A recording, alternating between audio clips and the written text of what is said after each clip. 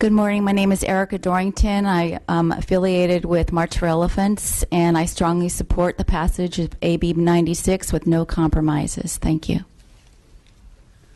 Hello, my name is Natalie Gray. I'm associated with March for Elephants. I'm also a teacher, and these are messages from all the students in my school asking you to vote yes on AB 96 and protect elephants. Thank you.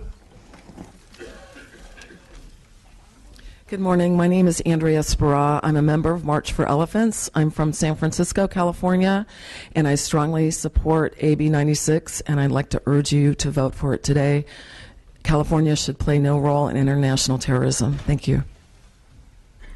Tamara Macy Birdsall. I'm a member of March for Elephants, and I'm here in full support of AB 96, no compromises. Hello, my name is Nanette Carter, and I'm the president and founder of CA for Elephants, Conserving Africa for Elephants, and I'm here on behalf of Kenyans, Tanzanians, and Botswanans and South Africans, beseeching you to please pass this bill without compromise so that they can continue to develop their sustainable community natural resource programs without fear of existing terrorism threatening them. Thank you. Good morning. Kevin O'Neill with the ASPCA in support of AB 96. Thank you, Mr. Chair and members. Jason Schmelzer on behalf of the California Arts Advocates. Technically no position on the bill, but are very supportive of the direction, working with the Speaker's very capable staff on an amendment for musical instruments. Thank you. Good morning. My name is Zoe Pappas, and I'm also a member of March for Elephants. I strongly support the passage of AB 96 on behalf of the 96 elephants that are killed every single day, and I urge the passage without compromise. Thank you. Good morning. I'm Tom Brown. I'm here on behalf of the 96 Elephants Campaign and our California Coalition. I strongly urge you to pass this bill as is. Thank you. My name is Jean Hart from Pleasant Hill, California, and I strongly support this. Sorry. Elephants deserve to live, and please support it.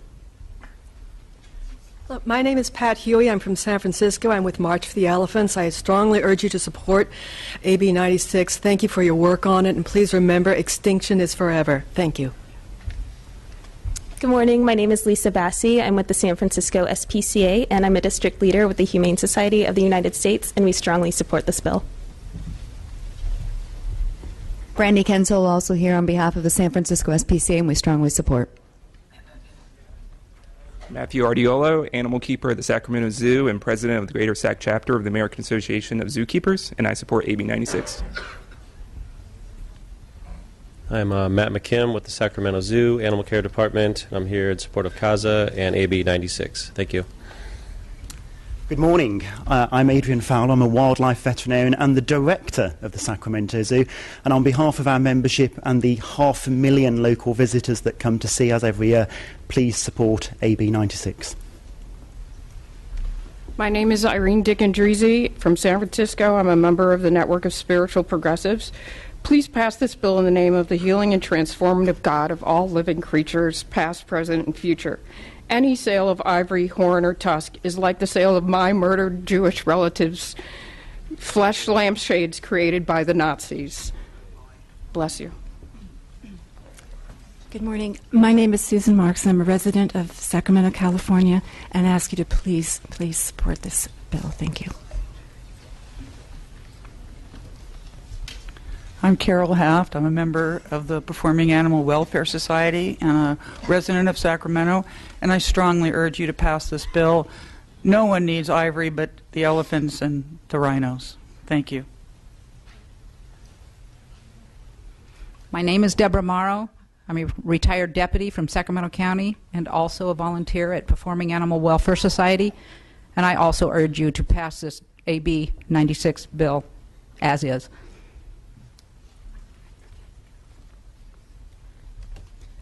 My name is Gina Kinsley. I'm the lead elephant keeper at the Oakland Zoo. On behalf of all elephants and the 4 elephants I care for, please support AB 96. Thank you. Hi there, I'm Amy Gottliff. I'm the Conservation Director at Oakland Zoo, and on behalf of all of our many, many hundreds of thousands of visitors and members, I ask you to support AB 96.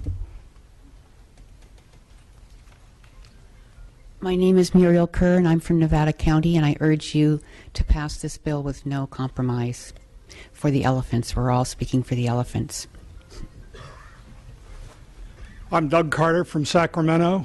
I'm a member of the leadership team on CA for Elephants. And when the market is stopped, the senseless slaughter and killing will stop of these wonderful animals. So I urge you to pass AB 96 without compromise. Thank you. Great. Well, I want to thank the 73 witnesses in support of this important bill who came today. I really appreciate you coming from near and far. Next, I'd like to invite the opposition witnesses to come up and join us. You are allowed 3 witnesses, each with 3 minutes of time. Thank you.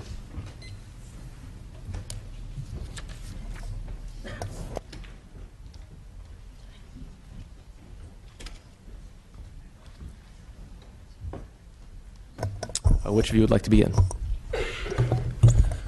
Mr. Chairman, members of the committee, Madam Speaker, good to see you all again. We're here to talk about some, I think, unintended consequences in AB 96. Could you please introduce yourself? Oh, I'm sorry, Ed Worley with the National Rifle Association, in opposition. I want to thank the Speaker's staff. We've had some very good discussions with them and talking about some of the issues that we are concerned with about AB 96. Partially, it comes to a very small amount of ivory that's used, and it's been used in firearms for generations. If you look in the legislation that the Speaker's put together, they've put exemptions in there for musical instruments, about those can be sold and those have those things in there. Unfortunately, there's no such exemptions for firearms. And when you start looking at some of the provisions of AB 96, one of the things is that it says that if any product that has ivory on it is displayed in any place that's a retail location, that'd be a violation of the law.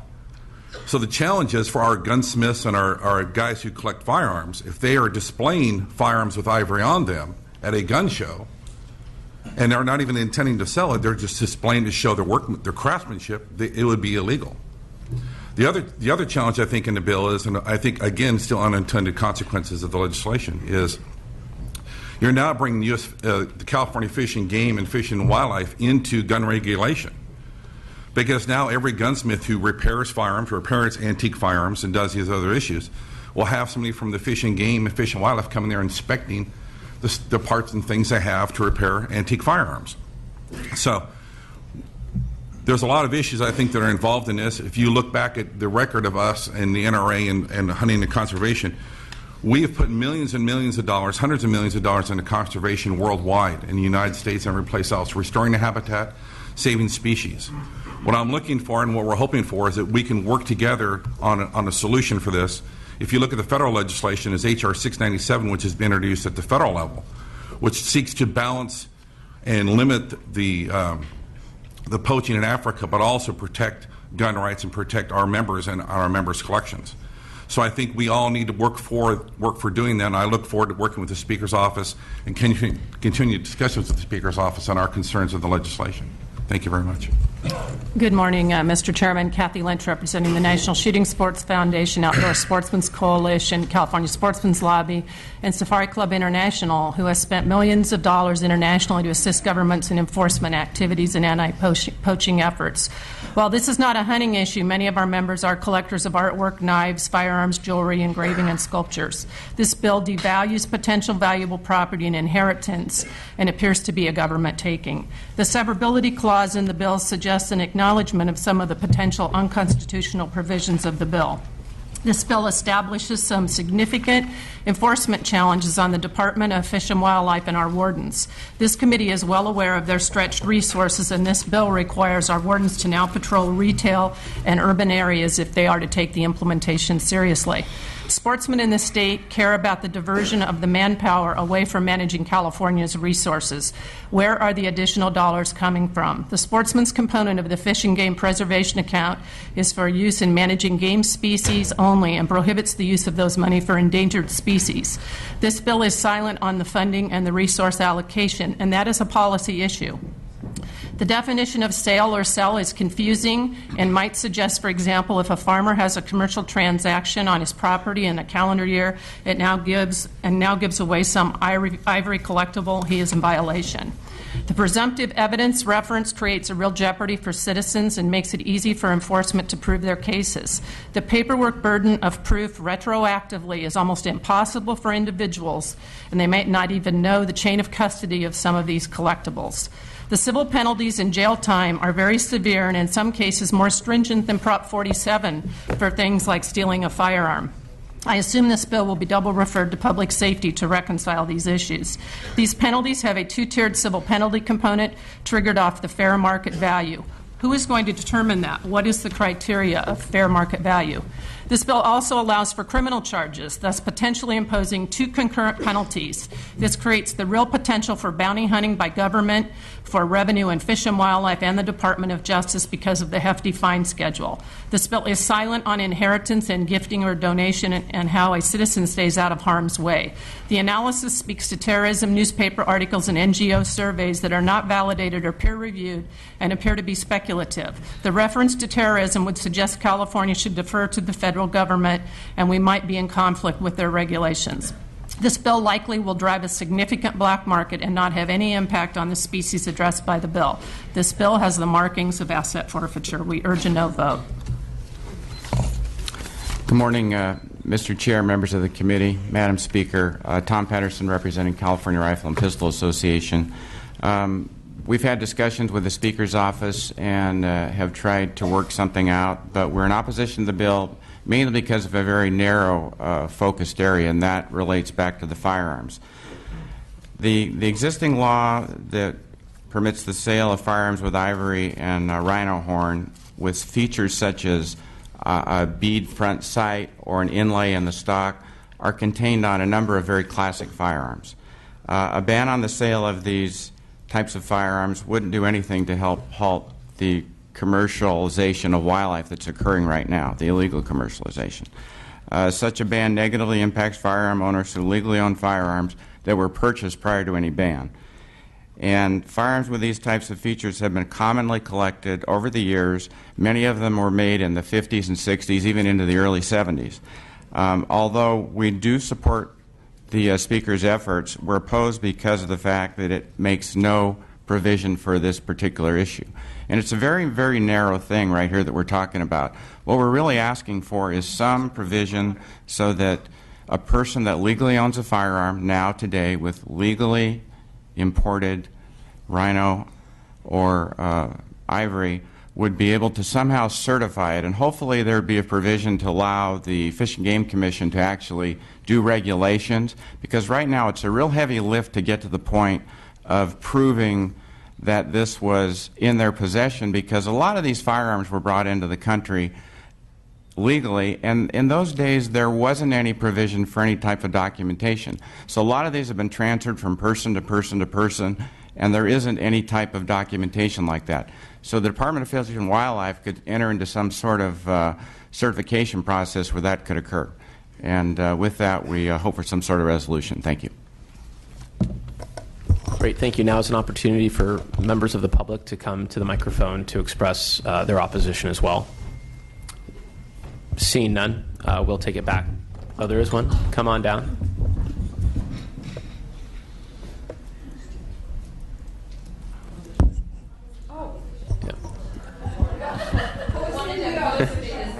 All right, please just state your name, your organization, and your position, sir. Bill Gaines. I'm here today representing the California Bowman Hunter State Archery Association, the Sassoon Resource Conservation District, and the California Houndsmen for Conservation. This bill would simply increase the black market value of ivory and rhino parts. As such, it would increase the poaching of those animals overseas further. Nearly every household in California has some form of ivory in it, whether it be a coffee table trinket, jewelry, firearms, as mentioned earlier, or something. Those were legally acquired or legally handed down via inheritance. Making them illegal to legally sell them will simply be an unjust take of private property by the government. We strongly urge your no vote. Thank you. See no other opposition comments. I'd like to take it back to the members of the committee for any questions. Mr. Medina. Madam Speaker, some of the groups in opposition make the claim that the bill would do nothing to affect the poaching going on of the animals. How do you respond? Thank you, Mr. Medina.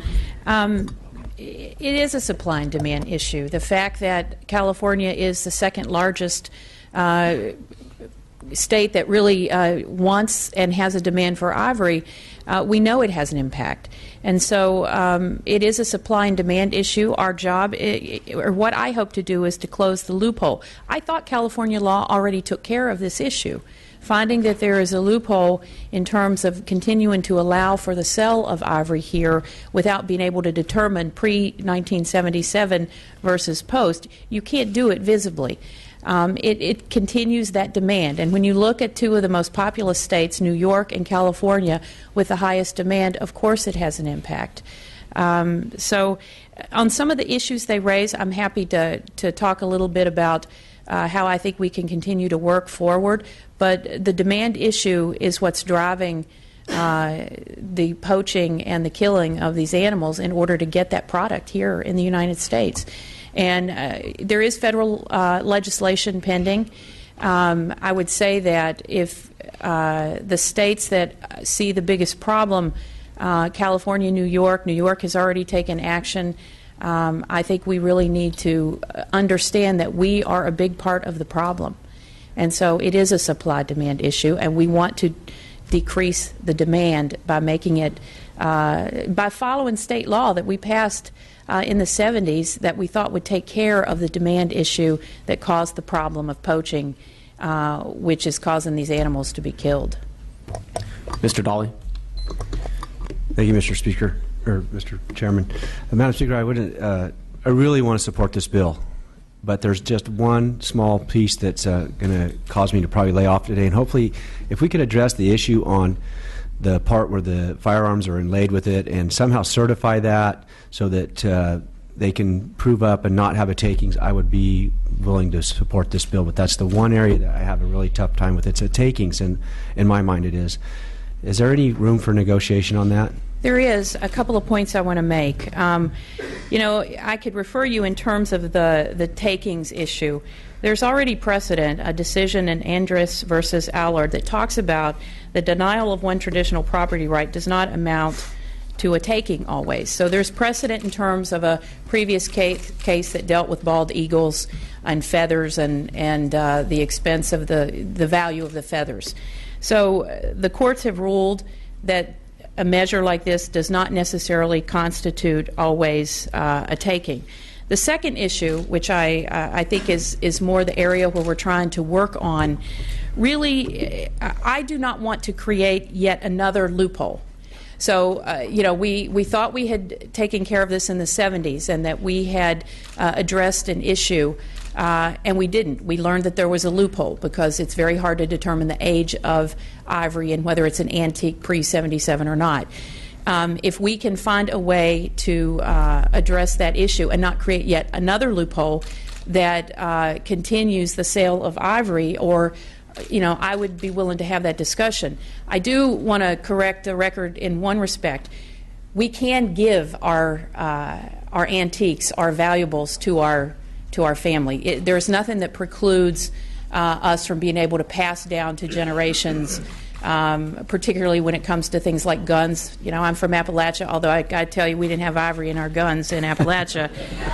But that was a different problem. You know, I don't know how functional that was out in the... I'll stop.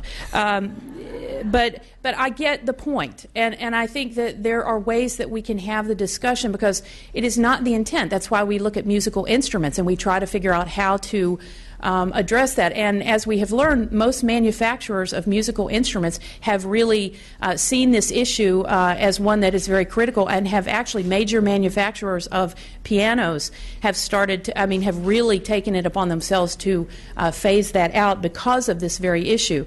So I understand, and I am willing to look at how we can do this. But, Mr. Daly, I don't want to create yet one more loophole that brings us back here because the demand for ivory is still there. And I do understand the difficulty in the paperwork and, you know, being able to really determine the age of a gun with ivory. I understand the issue that it's more than 20%. I'm, of course, willing to work on that as long as the issue that we're dealing with does not continue a black market situation where you've actually got new weapons being manufactured under the guise of still trying to prove that it's old versus new. So I will work on it, and I am genuinely intent in doing that, and we have been doing these discussions, but I just want to make those are the points that I think we have to be able to address so that we don't create yet one more loophole that brings us back here. I appreciate that. I'm a person who owns lots of firearms, and I have no ivory in any of them either, and I will never own one with ivory in it because I think this is the wrong message to send to the state of California residents, and worldwide this is just the wrong thing to do. So I'm hoping we can get there. I really do want to support this bill. There's just that narrow spot. Mr. Bigelow. Thank you, Mr. Chairman, and thank you, Madam Speaker. I know this is a difficult issue, taking on, sometimes big issues like this, but it's a genuine issue that has to be addressed, and I appreciate your challenging this issue. I also want to thank you and your staff for having worked with my staff in trying to answer some questions pre-meeting, if you will, to try to work out through your bill. I was glad to hear that you just made a positive movement there to work with Mr. Daly's suggestion. I do have a question about, we had looked at the 5% versus the 20%. New York chose 20% as a base factor. Is there any movement or give within the 5% versus 20% factor within your view? I'm sorry. Well, I think the issue there again becomes, how do you determine, and for sale, we're talking about for sale. I've got that. Versus, and we looked at it, we looked in terms of the types of things that exist, like the musical instruments, other antiques, chairs. I mean, there's a lot there. I've learned more about what they put ivory into than I ever imagined. Of course, again, being from Appalachia, I don't have a lot of ivory in my house, but I joke, but I think the issue really is, at some point we have to encourage less development and product of things with ivory, and this is about the way to do it. We developed an enforcement problem from the day we passed the law back in 1977 or 76. Yeah. And so we're really trying to encourage less of it as we move forward. And we want to address existing ivory in antiques and things that people own, musical instruments, but we're still trying to go in a direction to limit the amount of ivory. And 5% or 20%, I think I'm always willing to have a discussion, as long as we are going in the direction that really halts the poaching and the killing of these animals, because we demand the ivory here in California. So I will continue the discussions, but I don't want to mislead any of my colleagues in terms of what solutions we find, because I have to, once I tell you I'm willing to do something, I have to be honestly willing to do it, and we have been stretching to try to figure this out. I will continue to work to find ways, and I will keep you apprised. I will work with the individuals that support this and the ones who are currently in opposition, as long as we don't create another enforcement issue, a loophole that will continue to exacerbate this problem. That is my litmus test for how we have the discussion.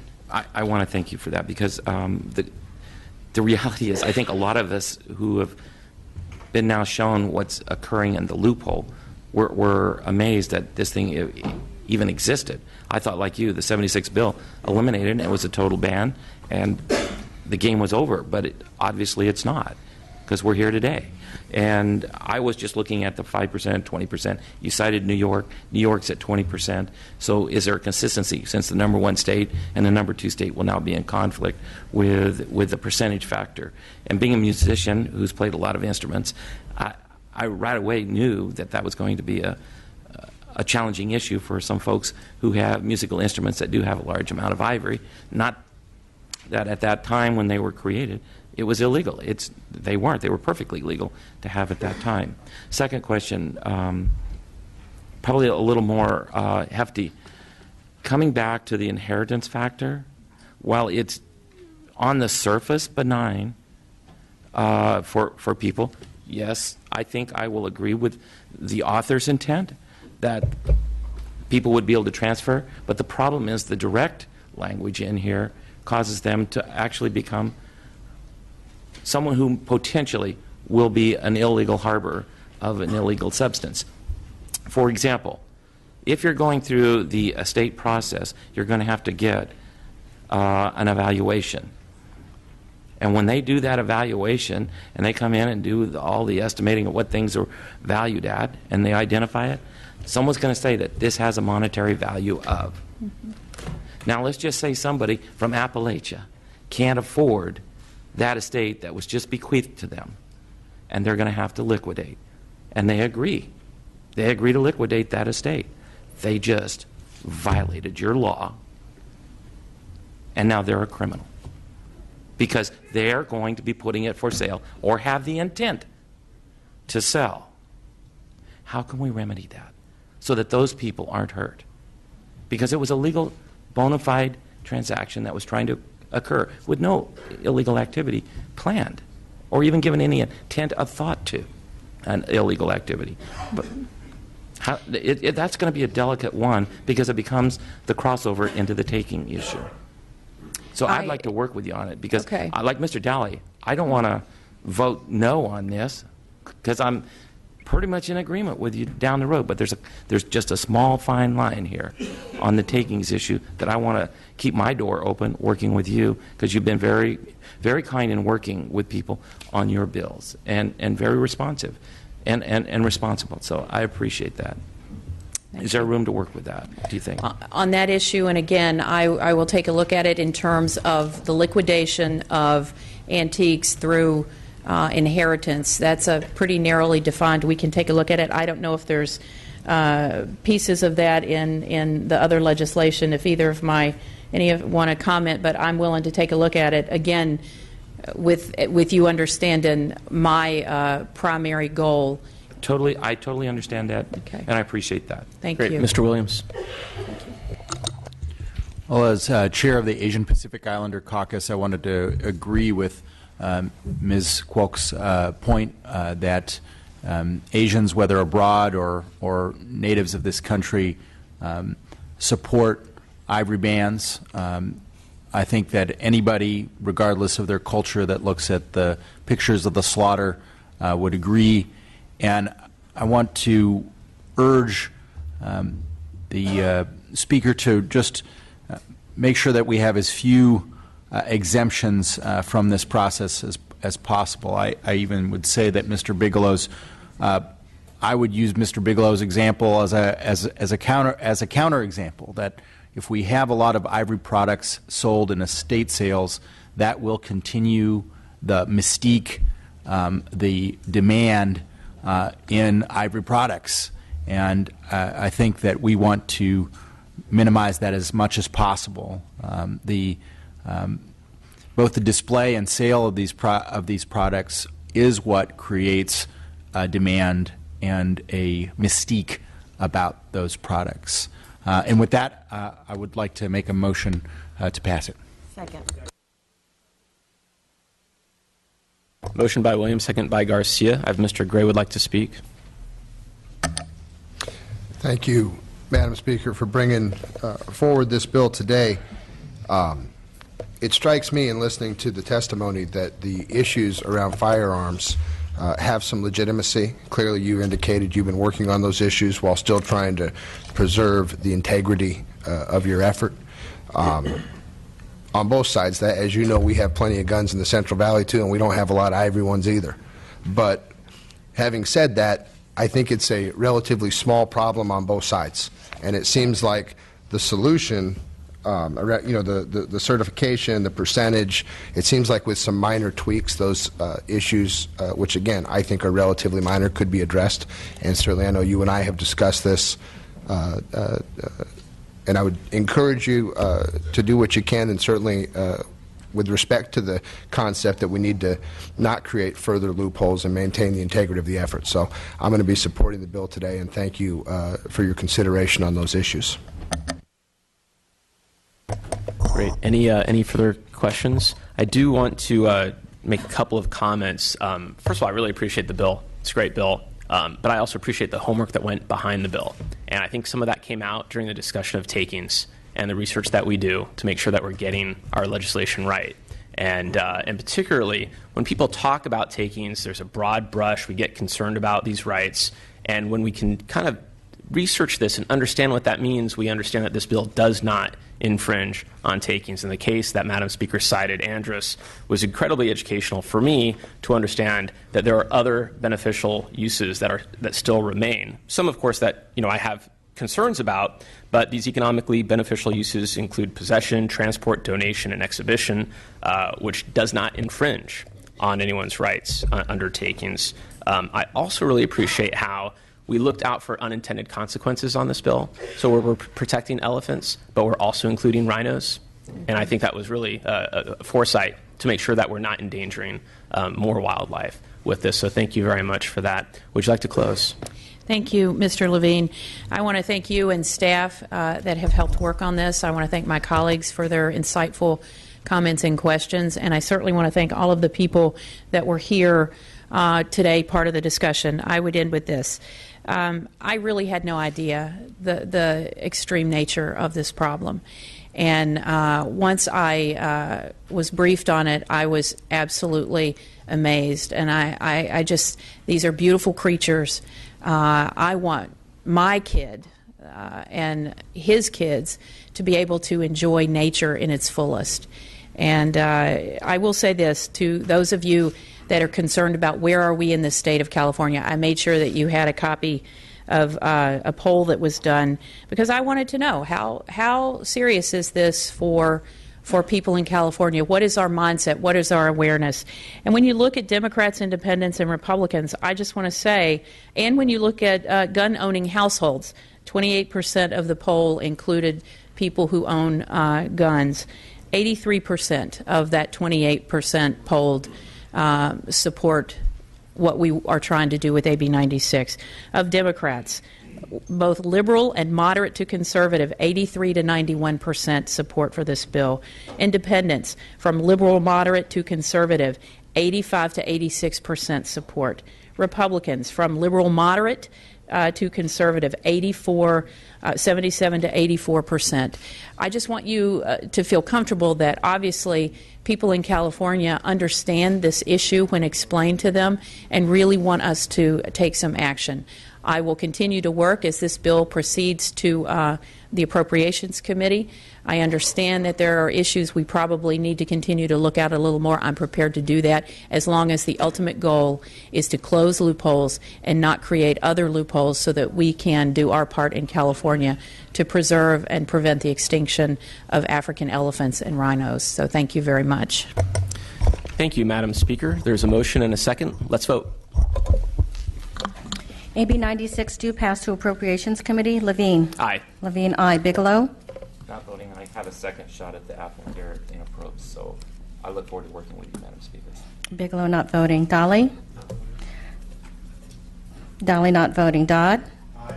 Dodd, aye. Gaines. No. Gaines, no. Garcia. Aye. Garcia, aye. Gomez. Aye. Gomez, aye. Gray. Aye. Gray, aye. Harper. No. Harper, no. Lopez? Aye. Lopez, aye. Mathis? Not voting. Mathis not voting. Medina? Aye. Medina, aye. Rendon? Aye. Rendon, aye. Ridley Thomas? Aye. Ridley Thomas, aye. Williams? Aye. Williams, aye. That bill is out. That bill is out. Thank you, Madam Speaker. Thank you, witnesses. Appreciate that. This meeting is now adjourned.